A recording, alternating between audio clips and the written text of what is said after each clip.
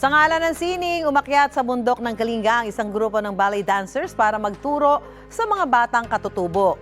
Sa kanilang misyon, hindi inaasahan ng mga ballet teacher na matututo rin sila ng isa pang sining ng pagsasayaw. Narito ang special report ni Darlene Kai.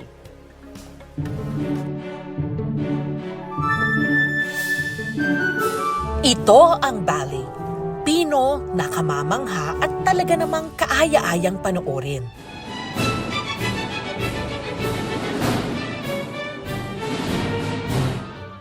Hindi kailangan ng salita para mangusap dahil taglay na ng musika at galaw lang ng mga mananayaw ang kwento. Pero ang ballet, kilalang pangmayamang anyo ng sining. May kamahalan kasi ang tiket sa mga show, pati mag-aral at mag-train para rito. Kaya gusto ng isang grupo ng ballet dancers na baguhin ang paniniwalang para sa iilan lang ang ballet. Umiikot sila sa iba't ibang mga lugar para magturo ng ballet sa mga kabataan na walang kakayahang mag-enroll sa formal dance schools. Nasa Aroma Tondo sila noong nakaraang buwan. Wow!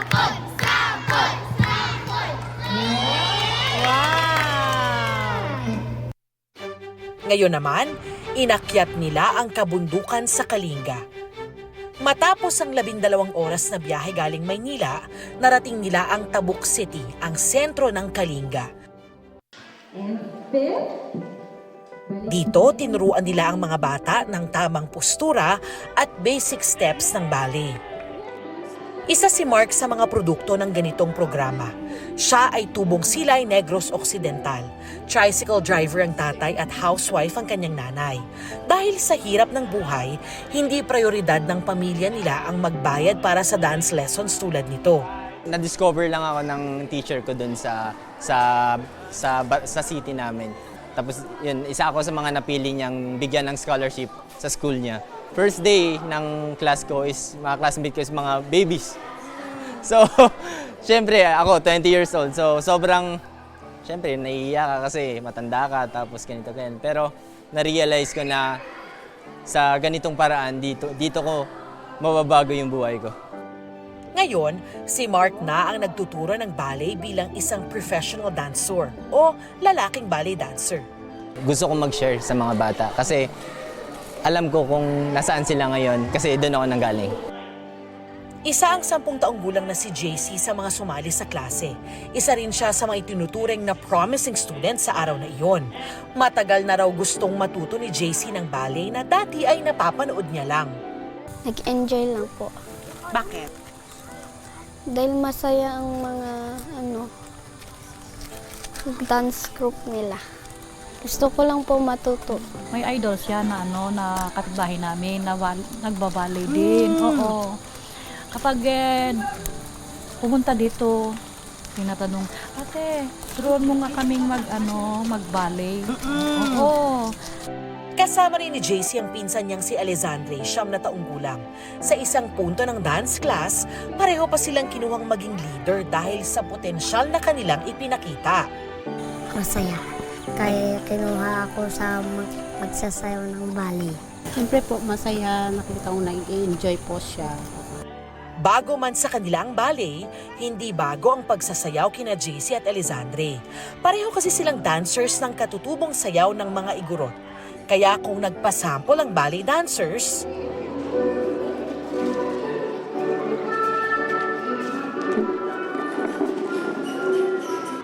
may sample din ang kanilang native dance ang mga taga-Kalinga.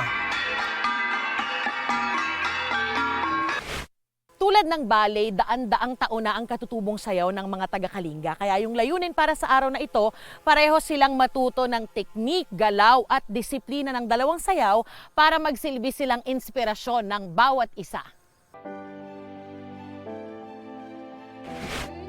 Matapos turuan ng ballet ang mga bata, ang ballet dancers naman ang natuto ng katutubong sayaw.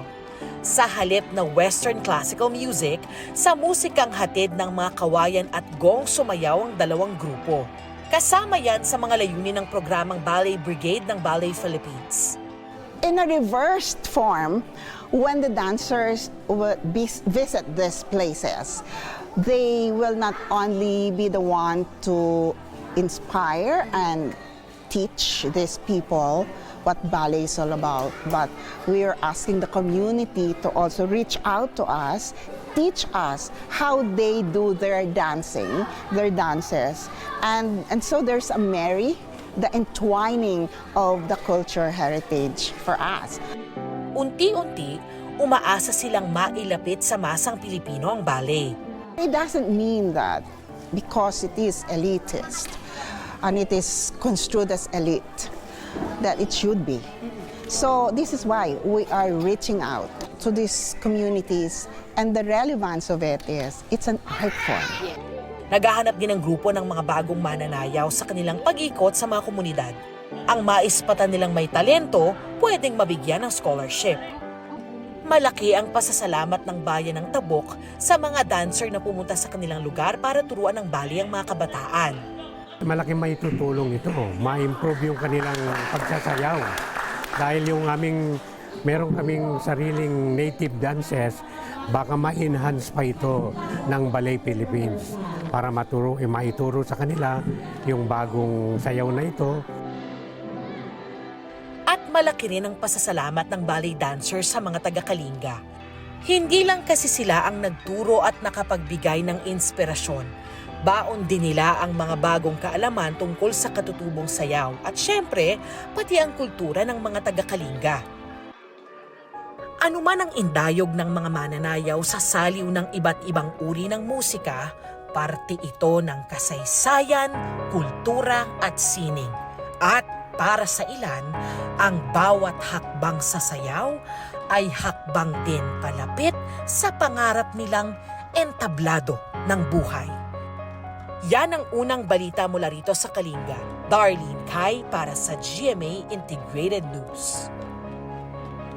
Mauna ka sa mga balita, bisitahin at mag-subscribe sa GMA Integrated News sa YouTube. Sa mga kapuso abroad, samahan nyo kami sa GMA Pinoy TV at sa www.gmanews.tv.